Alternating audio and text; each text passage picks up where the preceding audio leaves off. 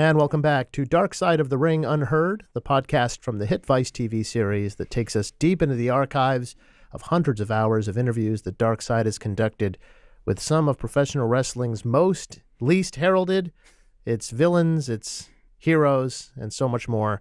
Jack Encarnacio, JP Sorrow from the Lapsed Fan Wrestling Podcast, joined, of course, as always, by Evan Husney, the co-creator and executive producer of Dark Side of the Ring. Dark Side Season 6 resumes Tuesday night, 10 p.m. Eastern Time on Vice TV, where they look at Shannon Spruill, known as Daphne in WCW in the late 90s, and later TNA Wrestling. She, of course, memorable for her shrieking goth girl character, and unfortunately her tragic suicide. The unique challenges faced by women are sort of part of what we'll be talking about on this episode. In wrestling, of Unheard. You think about Elizabeth, you think about Luna, you think about Sherry.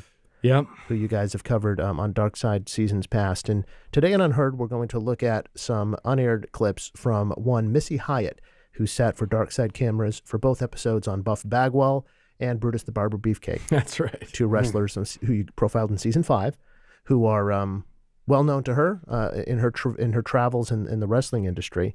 And much like Daphne, Missy was someone who wasn't training to be a pro wrestler herself. That's right. She wasn't looking to be in the ring, but she, by virtue of being sort of like a tangential figure, a valet, a manager type, was thrust into the physicality of the wrestling business. Yeah, I mean, Daphne grew up as, I didn't know this before doing the episode this season on her, but that she grew up as a child actress. I mean, she was in films. We did an episode of Under the Cinemat because of her. She was in the Santa Claus the movie back in 1985. And that's right. We dug into her. It's such a sad story, but she's amazing. Yeah, she was in Santa Claus, and she was also in, for any cinephiles listening to this, she was also in Nicholas Roeg's Insignificance, which is crazy if you know that movie.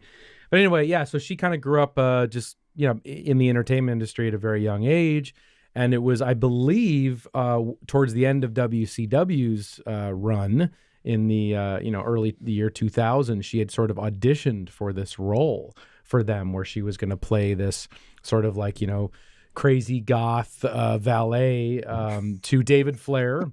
Yeah, Ric Flair's son, oldest son. Yep, and she gets the part, so to speak, to be in wrestling. And it's very similar to Missy Hyatt's story as somebody who would get into the wrestling business, and then that slowly snowballed into taking bumps and learning how to do some moves and get physical in the ring, and then now you're just married to this business forever, and you can't get out of it. And once it has its claws in you, and and of course you develop a deep passion and love, and you sort of find this love for wrestling, but it's a business that's very hard to get out of once you get into it. It's kind of, I definitely equate it to an addiction at times. Sometimes it really has that, where you need to have a long time away when you get out, where you're not, because so few people really have that successful transition out of it. You need to be gone for a long time, really detox yourself before you can move on. Well, it's sad, really, that it becomes like that. Well, there is this thing, too, I think, for a lot of performers, when they get that first hit of being out in front of a crowd, in that type of crowd, feeling the energy and feeling the power of being able to command people's emotions and how they feel, and the adulation and the all that stuff, I think is something that is very hard to walk away from. Totally. Once you've experienced it for the first time. Yeah. And especially so I think, when the wrestling business is always dangling just one more payday in front of you. It's not always a long-term opportunity. There's a little something else, something else. It's a little hit here. It's all you need. Just one little hit. Yeah. And I go back to something I remember Jake Roberts telling us. I think in season 1, he was talking about when he came out to the ring with Alice Cooper. It was WrestleMania 3. Yes. And Alice Cooper, a guy not a stranger at all to playing in front of sold out crowds and in arenas all over the country, but him coming out to the ring in that little ring cart that they both rode out to the to the match, just 90,000 or however many people were in the building, whatever. But the feeling of that many people coming unglued and the reaction of it, basically he couldn't believe it. He had never experienced anything like that. And we're talking about a rock and roll singer here. Yeah.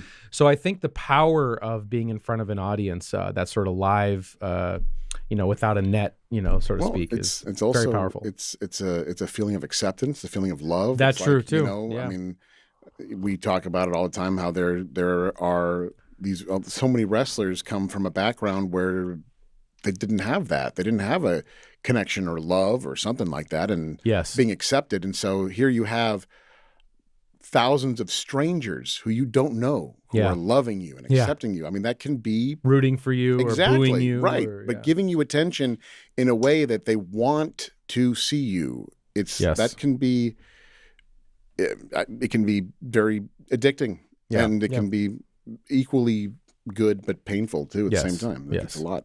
Yes. And Missy Hyatt in some ways kind of unique in that she's got kind of like a grizzled, wizened perspective on this. She kind of was the first wave of, I'm going to call them cat-fighting valets, women who weren't trained to actually compete for championships, but who routinely got in the ring to scratch and claw and fight other women who were supporting other wrestlers, other valets, other girlfriends on girlfriend fights, things like that. She started doing it in World Class, the Dallas territory, vis-a-vis Sunshine, and then she went to the Mid-South / UWF territory and did it with Dark Journey. And in WCW, there was no shortage of time she would go in to protect like the Nasty Boys who she managed for a time and get thrown around a little bit.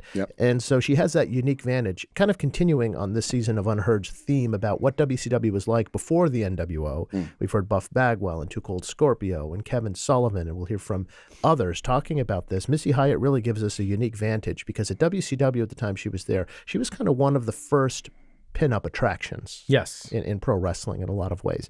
And she went to hosting the 900 hotline. We all remember the 900. Oh, yes, indeed. Buddy. Anyone get in trouble at home for calling 900 line? She put the hot and hotline, I'll tell you that. So she did that. She of course, dated a lot of wrestlers and celebrities, from the Wonder Years' Jason Hervey to NFL quarterback Jim Kelly. Oh, my. Oh, shit, I didn't know that. I didn't know that. Dabbling in racy photography, and she also wrote a Kiss and Tell book that a lot of fans passed around aggressively. JP's favorite book. In the late 90s. I mean, it's all in there if you want to know who she ran into, let's say, and who ran into her over the years. And but she went through some hard times. She's a survivor in a lot of ways. Yes. And a lot of the things she's going to illustrate about the business are underappreciated parts of it that just the male wrestlers or even the female in-ring wrestlers don't really provide. And so she became a keen observer of the ways the business operates. She became almost like an advisor to like a Brutus Beefcake or a Buff Bagwell. She's giving advice on how to get accepted in the locker room, how to conduct yourself politically backstage. There's a lot of that kind of etiquette. She definitely assimilated all of that through her experience, going head first into this crazy business. And we'll also get insights into pay disparity, such as it existed as a woman in the business who was a key part of the show and really didn't feel like she was getting paid anywhere near commensurate to her contributions. A lot of nuggets of wisdom here. We'll see. But with Missy, it's interesting because she sat here for the Dark Side cameras, and she's somebody that you guys have always kind of been acquainted with a little bit. What's the history of finally getting Missy to sit down? I mean, it was just at the time of having the right story that sort of demanded her point of view. I can't remember which one came first because we sort of made season 4 and 5 at the same time. But I think it was for the Buff story and sort of learning that she had a huge hand in essentially discovering him. Which was news to me at the time. And so she was great there. And then, of course, she added so much to the Brutus story as well. So it was great. And she's always been someone that I've followed on social media and seen and observed that she's very much a student of the game. Yes. She's still very much invested in wrestling and its history and, and learning more about it, seeking out new stuff. And I've always found that to be very fascinating. So, she is a fascinating character out there with a vantage point few had. She was married at a time to Eddie Gilbert when he was booking in pro wrestling. That's right. So she got to see the booking side of it. Very, very closely and kind of the struggles that entails. But we mentioned her getting thrust into the violence without necessarily having full preparation. It starts with Sunshine in Dallas and continues from there. Here in this clip number 1, Evan, we're going to hear her talk about working stiff, against inexperienced opponents, because the thing is, when you put someone in there who wasn't necessarily trained in the ring against someone else who wasn't necessarily trained in the ring, they might throw some live rounds and really smack people in the face and have no idea. Like, I got to make this look real. I'm going to really hit this person and see what happens. And for Missy, it was really hard because she didn't really feel like she could complain, even though she had no right to be in these situations. Oh my God. So here we go. All right, let's take a look. Stiff is when you're really tight in the ring, and when you slam someone, you slam them. Or when you throw them into the turnbuckles, you throw them into the turnbuckles. And when you go to kick them, you don't hold back. You just kick the crap out of them. I know, because for a year, Dark Journey beat the crap out of me every single night. And I would never cry in the dressing room, because if I did, that would be really bad. But I would get in the car and I'd just be bawling, crying, because I was so hurt. My thumb's broke. My nose is broke. Oh my God, So yeah, being stiff in the ring is not fun. Not fun, especially when you're working every night. Imagine having to go back to the car before you can cry that your nose is broken. Like, you think about the distance in time from when you got kicked and you were, more or less abused in a way. Yeah. I don't want to say that she was like abused. Obviously, she knew she was you caught shrapnel. Right, exactly. Yeah. You were hurt. Then you go back to the dressing room, then you go, or locker room or whatever, then you get a shower, you get ready, you got to get dressed, then you go, like, we're talking like at least an hour before you can actually release your emotions. It's awful. The pain you're feeling. So awful. And it brought to mind Daphne in a lot of ways, because we saw her, she leaned in a lot more to taking physical risks and stuff, but here that's me again, my bad. This is like the third time today. I know, I got to walk my dog, sorry. Okay. That's my alarm to walk my dog. I'll forget to do it and I'll poop in the house. Kayfabe the Diz Hog walk. But she ends up taking these risks that are just, she has no business taking. Daphne. Well, yeah, and I think it's because also for Daphne, the time in which she entered the wrestling business, women's wrestling wasn't really what it is today, obviously, and being much more prominent in all the promotions. But there was this weird kind of in-between time where, we were sort of segueing where there wasn't any women's wrestling really in that sort of late 90s period. Of course, then it would get to the bra and panties era shortly after that with WWE. Right. So it's kind of this thing. She was like, Missy was like in the bra and panties era before the bra and panties era existed. Yes, exactly. Yeah. But for Daphne, it was sort of like, you kind of have to roll with whatever's being asked of you if you want to have a spot or you want to be featured, with respect to WCW or with respect to TNA, who, she would be in part of that later on. And for her, she got into a lot of very physical, and found herself getting injured quite a bit with some crazy moments in the ring, and obviously that would play a huge effect onto her life after wrestling. Yeah. So and trying to take signals from the wrestlers, like this is how you're supposed to acknowledge you're hurting or not. Right. And how you're supposed to hide it in times and tough it through without necessarily being an athlete yourself. Yeah, and also like this idea of like, Daphne was really maybe ahead of the curve, or trying to go up against the impossible in terms of if she felt like she got hurt in the ring, on the clock, at work, she's entitled to a worker's compensation. Oh, that's also a similarity with Missy as far as exactly the HR department stuff. The HR stuff. And so she filed a claim on one of the major times she was injured in TNA. Yep. And you know what the settlement was? The settlement was, here, just have 1,000 of your action figures and we'll call it even. That's what they Jesus did. Christ. Better than getting paid with a hot dog like some of these guys. In wrestling, the HR department is, holy shit, it's real. Yeah, right. That's what the HR department is. No, wrestling is fake. I thought we were safe. This whole thing's no, especially women in that position. Right. So it's tough in the business for a woman in that way who wasn't, necessarily trained, and she makes it to WCW. Does Missy Hyatt here in clip number 2? She describes what it's like to find out where to even get ready. Because the business didn't really make a lot of accommodations for a woman who would be in the locker room and who, couldn't dress with the boys, wasn't exactly a woman wrestler, so wasn't necessarily welcomed in the limited accommodations there would be for the female wrestlers. What did she have to do at Center Stage in Atlanta, where WCW was taping their television at the time? Here, Missy lets us in on that a little bit.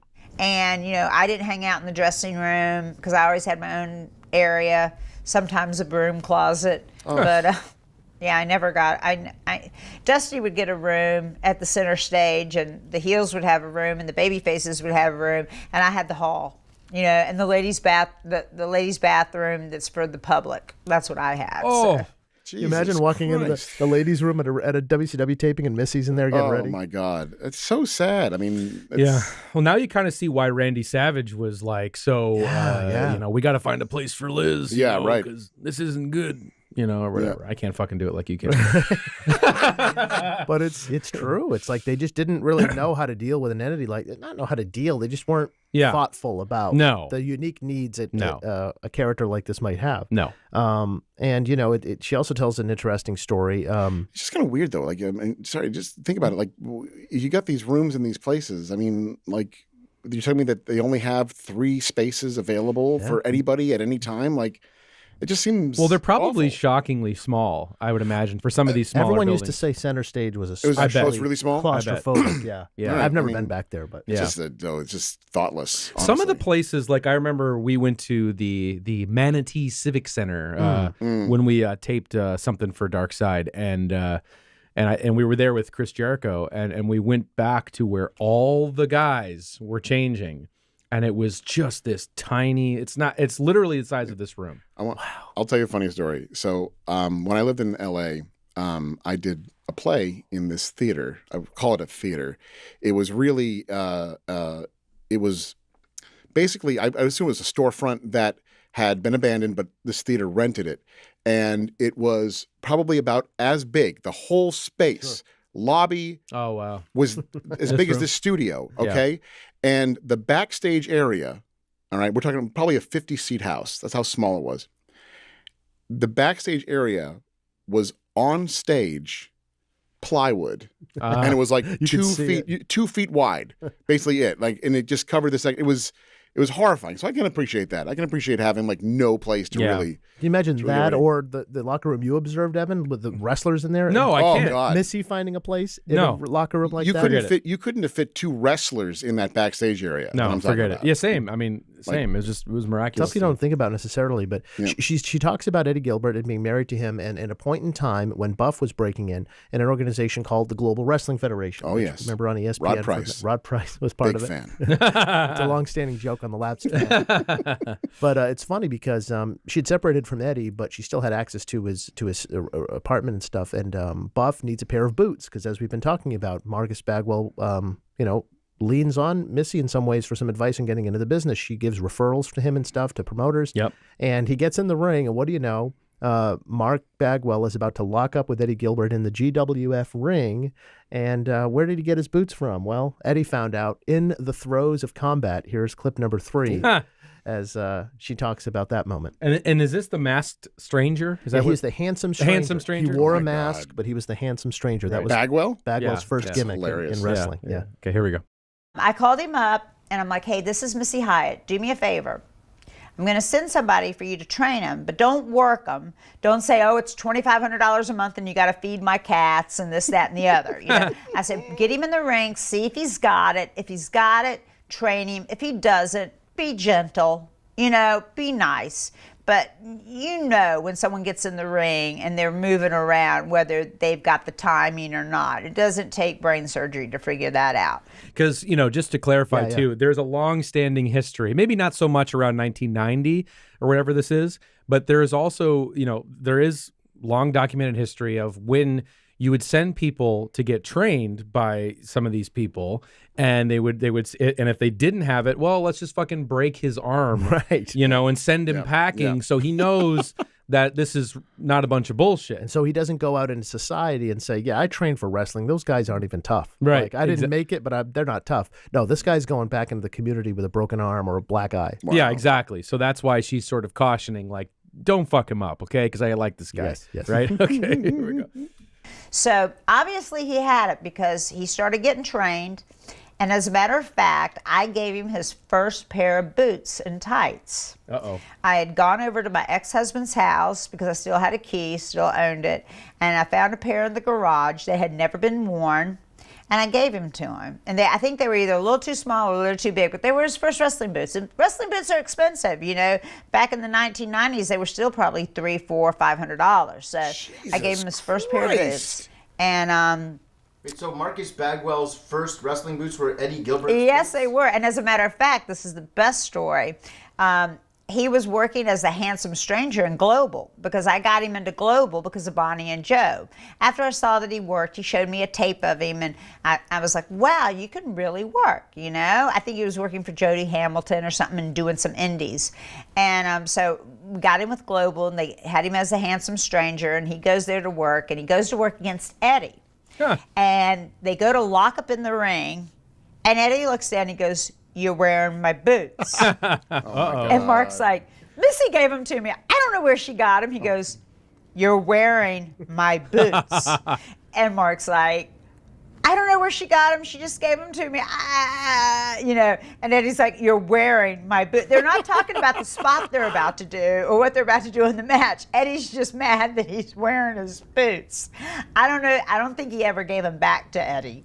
But I'm sure Eddie wouldn't have taken them, you know. Just go ahead and keep them, kid, because that's how Eddie was. Oh man, awkward. Yeah. Wow. Yeah, I gotta say, We were knocking boots, but I mean, to give my boots away. in 40 years, almost 40 years, I should say, she still has, without a doubt, two of the most piercing blue eyes I've ever seen. Like they literally come through the screen. It's unbelievable. That was a big thing of her telegenic like, stuff. Just watching her here, it's like I can't believe that they still have that kind of effect and they can like zero in on you no matter where you are. It's unbelievable. We've been talking about the advice that she would give a young buff. Well, when he gets to WCW, she suggests him to Jim Barnett, who of course loved the look of Marcus Alexander yes. Bagwell. My boy. And in comes Bagwell to Atlanta, and she's giving him some advice. And you know, when we did the Unheard episode on Buff, you remember, he was how he dealt with hazing, I guess you could call it, how he dealt with, you know, people trying to test how much he really wanted to be in the business and how tough he really was. And here in clip number 4, Missy takes us through how she advised Buff to conduct himself in WCW at the time, Marcus Bagwell, and it's kind of an overall kind of. Sorry, that was me. Sorry. There's all kinds of gimmicks going on here. Yes, I'm starting to think that Missy's watching somewhere. Yeah. Can you turn that book over, please? She might have hacked into somebody's phone, maybe. Yeah. Turning over the book to whoever's making these noises. But no, she's going to tell us about how she gave advice and how, you know, it's just fascinating that she was in this position to kind of counsel wrestlers, being that she wasn't really a wrestler herself. But here's what it was like to get someone ready to go to work for WCW at that time psychologically. Okay, here we go. And he came to me with his first contract, which, by the way, was way more money than I was making. That'll be a theme. Oh, that's a theme. She's very, very close watcher of the ones and zeros. Should be. Well, seriously, given you know what you do. I mean, she wasn't just also like a manager. She did the hosting shit every now and again, and she was. And she's been in the business for how long at this point? 8 years? Yeah, something like that. Right? Yeah. Like, come on. Yeah. Yep. Crazy. Okay. It's awful. Was way more money than I was making. And since I was the lowest paid person there. Anyway, he came to me with his first contract. He said, should I sign it? Should I sign it? I'm like, Mark, what have I told you? Keep your ears shut. I mean, your ears open and your mouth shut. Sign the contract. The next one you get will be bigger if you work out. You know, and I go in there, keep your head down. You're the new guy. You know, I gave him all the stuff She said, if you work out, and he's like, but I do work out. Look at me, I'm huge. Not what I meant. No, I know, yeah. learned from Eddie Gilbert, who burnt every bridge he was ever in, and I gave him what I learned and learned old school way from Michael Hayes and John Tatum and David Manning and Ken Mantell, you know, how to act in the dressing room and dressing room etiquette. I told him how you go around, you shake everybody's hand, you introduce yourself. You know, even you can go up to the big stars and go, hi, you know, my name's Mark, and just introduce yourself, and that's it. Don't ask them for photos or autographs, you know, just, you know, be cool. And He took some of my advice, but some of my advice he didn't. So. Ah. I wonder what advice he didn't take. I can take some guesses. Oh, the calf implants. But yeah. Don't get the calf implant. Other implants are okay. Yeah, right. No. But you know, it's like it's wild. Like, you can imagine being in this business where like you walk around like constantly horrified that you're going to broach this invisible etiquette that nobody tells you about unless they want to help you. Well, I mean, think about it. Think about any other job in the world. It's like only in wrestling do you have to, after you get the job, do you have to prove that you really want the job? I'm going to haze you the fuck out of you until I am convinced that you actually want to be here. It's so fucking carny. It's ridiculous. It's such a joke at times. Fortunately, you got to wonder, like, if all this is true, like how Mark, who was kind of, prone to put his foot in his mouth sometimes, and talking too loudly when he shouldn't, would have been off to the races in WCW if Missy didn't be like, this is really like something you got to keep in mind. Right. I've seen wrestlers flame out thinking that they're able to just, shoot from the hip back there. And Totally. It's like, keep your mouth shut. It's amazing how much goes into it. But she also remembers from her earliest days here in clip number 5, it is, a rule of thumb that I thought was just fascinating. I'll give, I think you already know where this is going. JP, I'll ask you. In the territorial days of wrestling, where, each little region of this country and the world, in fact, had different fan bases, different top attractions, different arenas. It was different in Florida than it was in Dallas, than it was in LA, than it was in Chicago. What do you think was the one consistent way to tell, by looking outside the building before the matches started, that this territory was making a lot of money and was hot or was cold? What do you think was one key tell? Fans coming into the building? Yes, Close. if you're willing to count heads, but there's something even more telling. Do you know what it is? No. Well, Missy is going to tell us. I hope you know what the term rats means. Oh, boy. Oh, yes. Here we go. Gotta keep them screaming. Rats. Didn't we talk about that last season? Yeah, I think so. You got to keep them. Gotta keep them screaming. Rats being a term that they would use for groupies. Jesus For Christ. women who would show Rats. up at the I'll matches. say, not just female, women. I don't think men were called rats. Were they? No. Of course No, not. They were gentlemen. They were ring gentlemen for the lady wrestlers. The guy rats end up at the bottom of the ocean. Right. Yeah. The female Ring rats. Right. The ring rats. Yeah. These were the girls who would Jesus show up and Christ. try to catch the guy's attention in the ring and outside the building and try to go to bed with him. Hard stop. That's what it was. Yep. And Missy knows all about that. So here's how you knew how good a territory was doing back in her days. Jesus Christ. All right. There are some jealous guys, right? Oh, of course. There's all jealous guys. Jealous guys that some young guy comes along and is just so hot. And the fans loved him. The women loved him. You're talking about Buff, right? Correct. Okay. Sorry.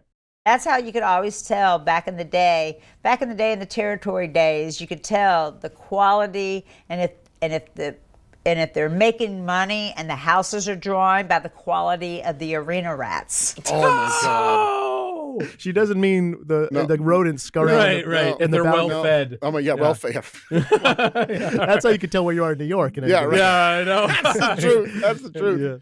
Yeah. Right. Holy Unbelievable. Okay, here we go. So, What's an arena rat? Yeah. an arena rat is a term for a groupie. So if there was like high caliber group. Oh yes, you could tell when a territory was doing good because you had the beautiful arena rat standing outside waiting for an autograph. So. Oh, is that what they call it? An autograph? Yeah. Autograph something. Yeah. And Stu pretending, of course, that he doesn't know what an arena rat is. Yeah, Hilarious. he knows how to get it out. I do love that. The follow-up question. Wait, what is that? Yeah. So we can get it on No, camera. I mean, of course, but right. He knows the president of Vivid Entertainment, but What a rat. A little bit of tradecraft. yeah. I love Ribbon Stew this whole season. Okay, go ahead. Right? Did he just signed an autograph? Didn't look like an autograph to me. It looked like a room number, but that's neither here nor there. Well, we talk about 900 lines, don't we? Brother. Ooh. Oh, man. Those were the thing, man. Oh, yeah. Those 900 lines, the sex lines you could call. What was it? What was the Gene Okerlund 1-900 909 9900. I knew you- Kids, get your parents' permission. Oh, yeah. Yeah, or right. don't. I want to say, I think you can count on one hand how many kids got their parents' permission before calling. What he really meant is kids don't say I didn't tell you to get your parents' permission before calling.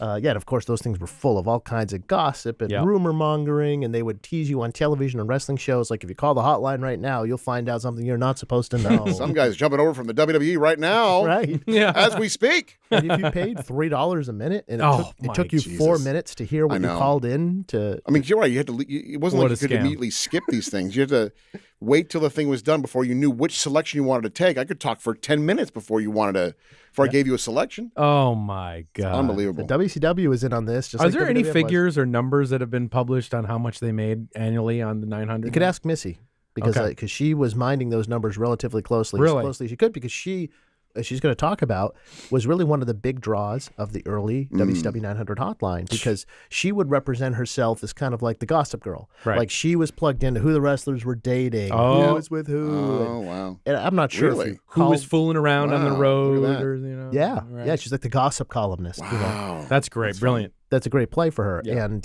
she probably did know a lot more than she ever let on the hotline. But what's important here is she talks about that part of her career and that contribution she made to WCW is sometimes she would send out little shout outs to some of her man friends in the business, among them Brutus the Barber Beefcake. And Leslie, who of course, played the character of a guy who would cut your hair. He was the barber, right? My God. Shears. Shrub shears. Garden shears. Thank you. Shrub shears is hard Shrub to shears say. hard. Yeah. Garden shears. Yes. That's right. And so here, That's the only way to get your hair cut, honestly. Yes. So if you called the Missy line here on Clip 6 to try to get some insight into who was betting who or whatever it was she would put out there. I'm not sure if you actually called, by the way, how much she actually told you, but she knew, that's for sure. This is how she would get a little shout out to Brutus Beefcake on the 900 line as well, who was with the other company at the time, but she wanted to give a little wink to her friend Brutus, who she'd spent some time with. So the 900 line days, man. I remember I was doing the 900 hotline for WCW, and I made the remark on the hotline, I've been in, because I would, everybody would talk about wrestling, and Jim Ross would do the report and the analyzation. Mine was the gossip one. That's why my hotline was the highest rated and made over $500,000 a year. What the fuck? I'm sure there is no one who would disagree with that number. Yeah, right. Holy Certainly no accountants in Turner. crap. I mean, dude, you paid that was a money-making machine. What's the average? What year is this? 94, 3. Okay, so what's the average pay-per-view bringing in at that time? As far as revenue? Yeah. Like $1 million, $1.2 million. So this is like an extra $500,000 a year, though. That's amazing. That's still pretty impressive. Like for nothing, really. Right, like, nothing. For people dialing numbers in to listen to pre-recorded No wonder shit. they didn't make shirts. That's why all the wrestling companies had them. It was like such an easy way to make money because people just paid to hear anything. There was no information. Like people were so desperate to get some kind of immediate access to something. Unreal. And it took no time. You just laid down a track. And you just, took 10 minutes. Yeah. And you played it. And, people would want wrestling news that they weren't supposed to hear. So a lot of the newsletter writers had 900 lines. I mean, you watch TV back then. Like if you watch TV in the middle of the night in the 90s, it's just 900. All 900 numbers. Yeah, absolutely. Fortune tellers. Remember those? Yep. Oh, yeah. Everything. Miss How Cleo. often would they change? How often would they change the message, though? Like, I think weekly. Weekly. Okay, so I think because they want you to call back. Well, I know that's the thing. Like, I'm wondering, like, if I call Monday, Tuesdays are gonna be a new message. Wednesdays are gonna be a new message. Am I gonna find out more stuff from Missy? Like, what's the deal? So, and as the inside gossip in the business became more greatly distributed through things like newsletters, it's also a way for the companies to kind of clap back at the newsletters to just narrowcast For it sure. to the For kind sure. of fan that would actually pay For to sure. listen. But For then sure. they could say, we've heard. They would never acknowledge the newsletter, but they'd say, we've heard reports. This is bogus. We know this because Gene would on the do it. hotline. Yeah. I don't mind telling you, fans. Yep. Get that long green out. So there was revenue attached to those Line 900 those lines. coffers. Wow. All right. Let's see the rest of this. Because mine was gossip. I would get the National Enquirer, the Star out and read stuff, and then I would put in wrestlers' names. You know? Total lie. She's just making up stuff. But who cares? That's amazing. Good for her. Good for her. Good thing consumer fraud laws don't exist. Yeah. Yeah, exactly. Put in wrestlers' names. Like one time I said, call me on the hotline and I'll tell you for the Bruise Cruise. The cruise that they had, call me on the hotline and I'll tell you on the Bruise Cruise who's going to be taking their wife or their girlfriend on, and people would call and pay 99 cents a minute. So That's why even my hotline beat the world champion at the time. I mean, my hotline was, because it was 7 days a week and each person had a day, and my day was Sunday. Cool. And I would only have like 2 15-second clips to plug my Sunday hotline. On the Saturday show, 1 15-second on the Saturday show, 1 15-second on the Sunday show. And, I said, I've been down in Florida getting my hair cut. That was my little homage to Beefcake. Oh my! Oh, that's funny. Good for her. That's great. I like that shit. On the distant possibility that there's that one person out there watching this who remembers calling Missy's 900 line and what the hell was that haircut line about? That was a shout out to Brutus Beefcake. Wow. Beefcake Barber right there. Wow. This is a service we can provide on Unheard. We always talk about this on Lapsed Fan. If they find those recordings and release them, I will pay $600 to listen to them. Yes, honestly, to have access to any of that stuff, those weekly. Where would they be? Nowhere, probably. There's probably no archive. Right. Someone would have had to have kept a tape of all these things, like there's some freak box. Out there, I'm sure there's probably somebody who worked at the company who was like, I'm gonna fucking take these. No one's gonna ever fucking know. Yeah, there's recordings that exist of WCW's internet broadcasts that weren't kept, I don't think, by WCW formally, but some employees just kept copies of these things. Wow, man, to hear those again. Oh. Look, I'm calling it right here. Early '90s radio WWE ones too, like some of those broadcasts. Jim Ross kept those. He kept those. Those are great. I'd listen, JR, give him, please. I'll pay a pretty penny for him. I'm calling it right now. 900 lines are coming back in our lifetime. You think? Wow, really? It's too tempting. Okay. Yeah. I mean, hey, look, if kids are buying records now, it'll be a retro thing to do. It'll be a retro thing. You got we should have hotlines. We used to have back in the in the 90s, like in the dark ages, people had fucking hotlines. So cool. Hotlines. It's always been clothes of the past, phones of the future, right? Sure. That's right. Yeah. Jinkos are coming back. Go ahead. They are. Are they really? Yes. Holy shit. Final's been back for 25 years. Wow. Jinkos are like 3 years. Wow. Got it. Jesus. Yeah. So here we got clip number. That was clip 6, right? Yeah. That was clip 6. Yeah. Okay. So she talks about how over time, she got involved, like the photo shoots they do. They did a Missy Hyatt calendar that apparently. Yes. Tell us about it. Go ahead. Tell us about it. I didn't have the calendar, but after the calendar was released, they had a WCW magazine issue that had like some of the outtake photos. Oh my God. It was like, it was one of my favorite. Yeah, pretty much. It was like 93, 94, something like that. Oh yeah. I think it was the same issue of the magazine where they listed all of Ric Flair's title wins, including his 2 WWE title wins.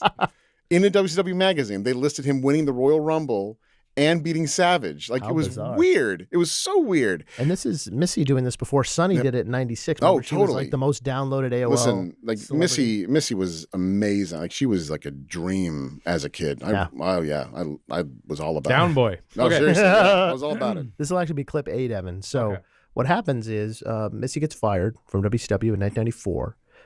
This is shortly after Sherry Martel comes in and manages the Nasty Boys. Oh, yeah, right. Missy Hyatt was managing the Nasty Boys. Sure. And there was all kinds of stuff that had happened with Missy. The story's out there if you want to track it down, but essentially there was a blown-up photo of her in the CNN headquarters where she almost came out of her top. Right. And they kind of isolated that moment. Somebody did and had it pinned up in the office. So it was like grounds for... Anyone say kayfabe the breast, like Hawk apparently said to her? Kayfabe the breast? Yeah, that's in her book, right? It's in her book. It's in her book. Which means you're about to come out of your top. Pay attention so it doesn't happen. All right. So kayfabe the breast! Yeah, sounded something like that. Yeah. All right. So these gooners at Turner, go ahead. The gooners at Turner, have this photo up. This is what she alleged in a lawsuit, like a harassment lawsuit with them. So that's all wrapped up in how she remembers her firing from WCW. Wow. But what's significant, and in the episode with Beefcake, she does talk about how when she got fired from WCW, she was so distraught that she thought she was going to jump out of a window.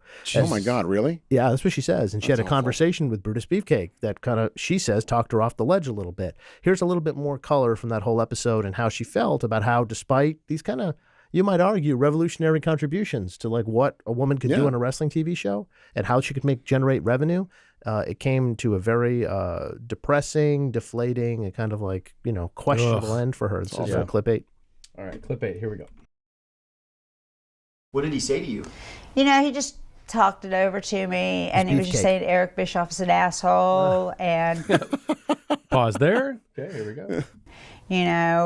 And I'm like, yeah, but you don't understand. My calendar sold more than the Dallas Cowboys cheerleader calendar. Why are they firing me? My hotline makes them this much money, and they only pay me this much money. I'm the lowest paid person there.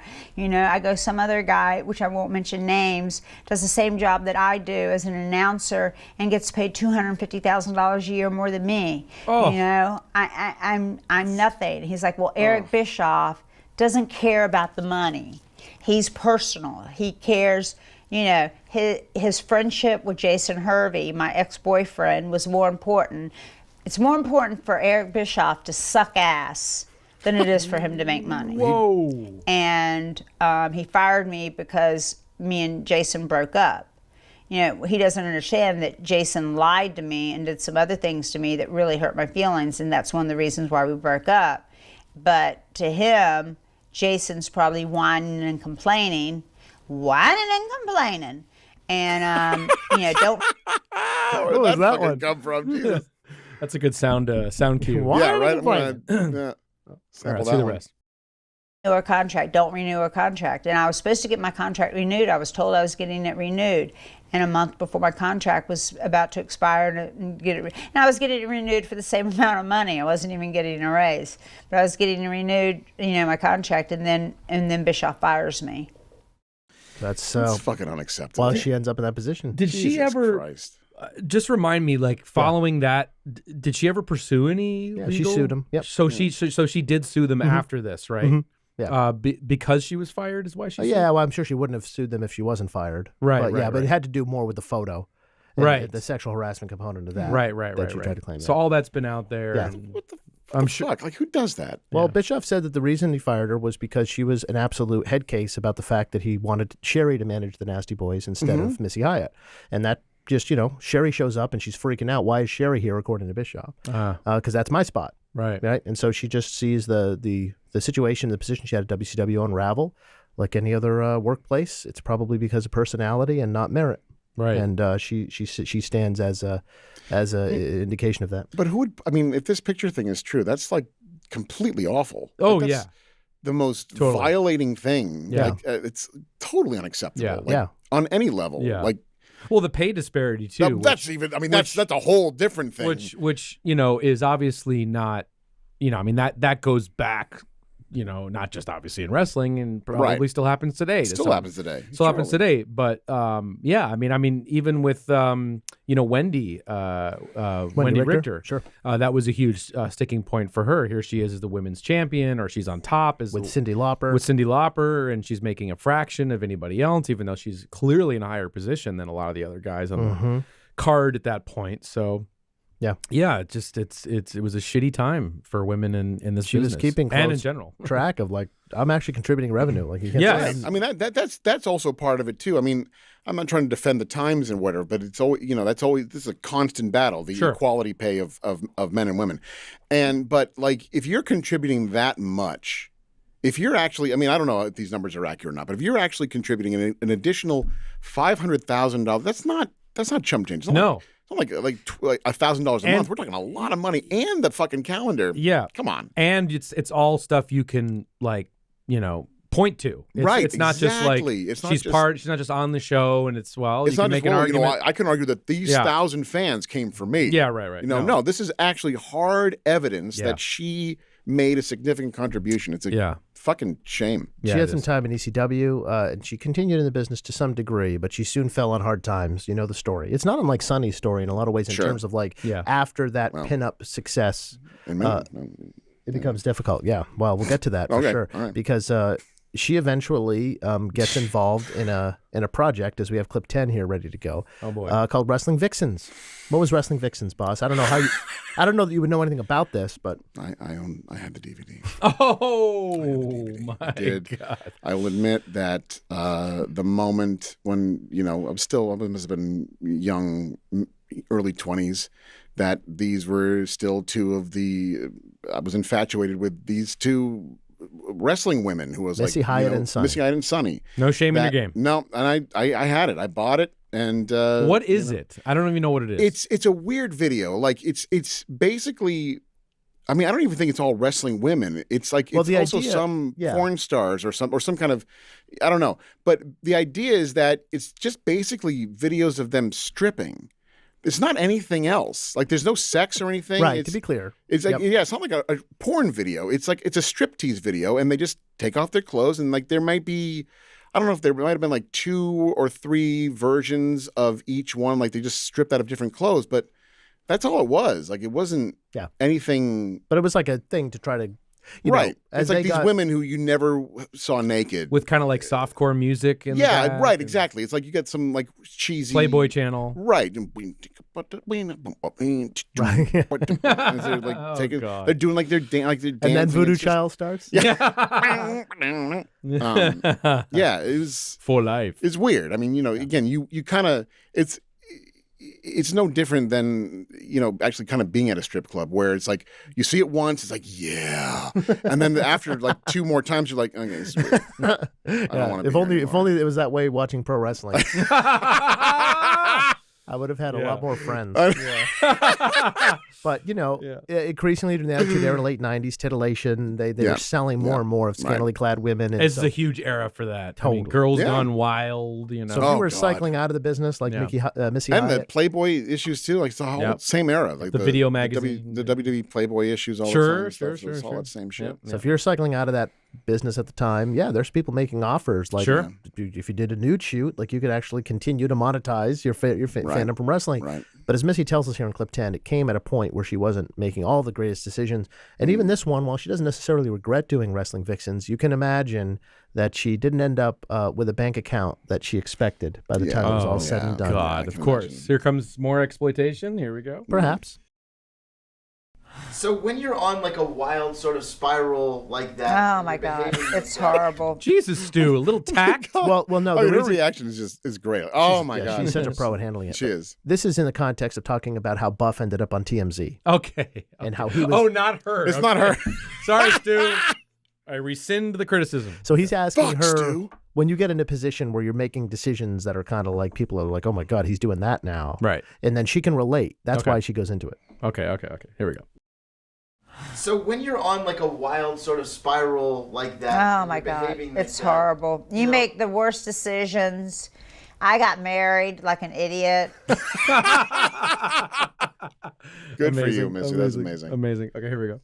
I lost my job as a nurse. Hold on, pause for a second. What's the nurse thing? What's all that about? I didn't know this. As a nurse. No shit. That's it? Like, that's the where? extent of what I know. We about know where? No. I assume Florida. All right. Yeah, but I don't know. So maybe in the early 2000s? That's I also don't know when. You got to work for that kind of a degree. That's a lot of work, right? So that's incredible. Like I had no clue that she went to nursing school. And yeah, it's pretty cool. Yeah. All right. People just do things that are not They characteristic. do not. You do a lot of stuff that's just not in your right mind. I mean, I did Wrestling Vixens, but I was in my right mind for that. But I probably wouldn't have done it unless I wouldn't have been sober or whatever. But I mean, Tammy and myself, Tammy Sitch, Sonny, and I made our first month like $80,000 doing Vixens. So the money was great, but the money was stolen by our business partners. Oh, of course. Listen, we got some money, but we didn't get a lot of it. But I sure, if I would have been in my right mind, I wouldn't have had him as a business partner, and I wouldn't have let him work me and take my money. Oh, God damn it! Starting to detect a theme here. I'm sorry. I'm sorry you didn't get my. I don't know whose pockets your money ended up in, but it wasn't hers. Now I'm disturbed even more. Anybody who's producing that tape, you can't imagine. More likely than not, they're not in the up and up. That's the thing too. I mean, fair if business you practice. did see the quality of the tape, it wasn't like this masterpiece of cinematography and production design. We're talking about, right? I mean, we're talking, mini DV camera or something. Essentially with they're in front of a backdrop and it's like a bunch of lights and shit just on them. It's like heavily shadowed. There's not like, I mean, like you see shadows in the background. It wasn't pretty. It was just like.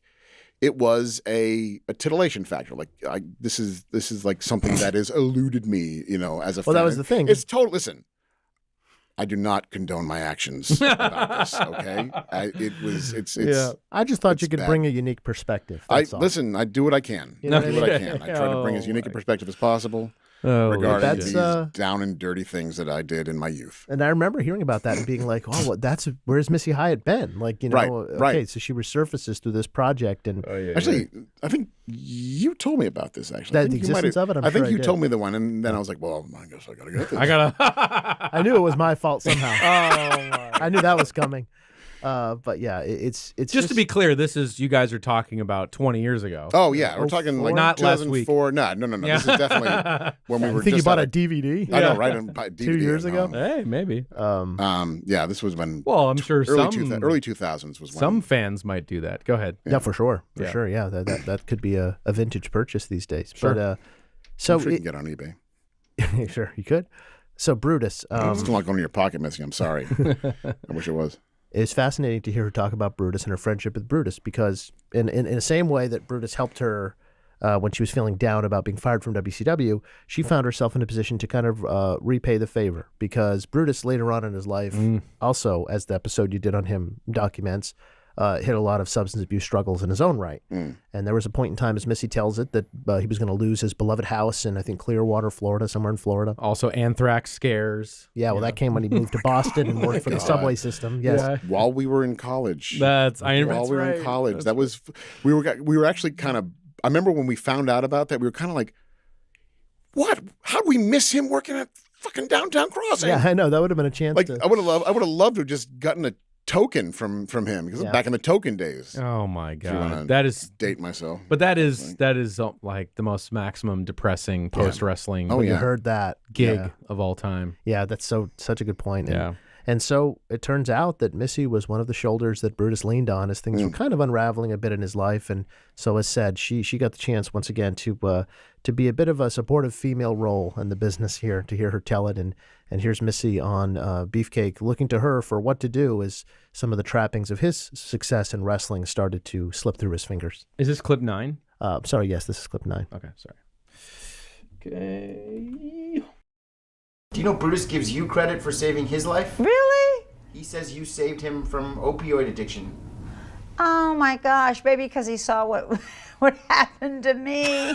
She's so awesome. She really is. She's a fucking trip. open God love book. her. God love her. That's amazing. But also, Oh, you're sad, Right. but- yeah. I'm not Listen, celebrating she listen, went through this. We're grateful that she's alive and that she's able to share this kind of stuff and is willing to share it, because No, that's, of course. you know, you can always help somebody else. Yeah, of course. Good for her.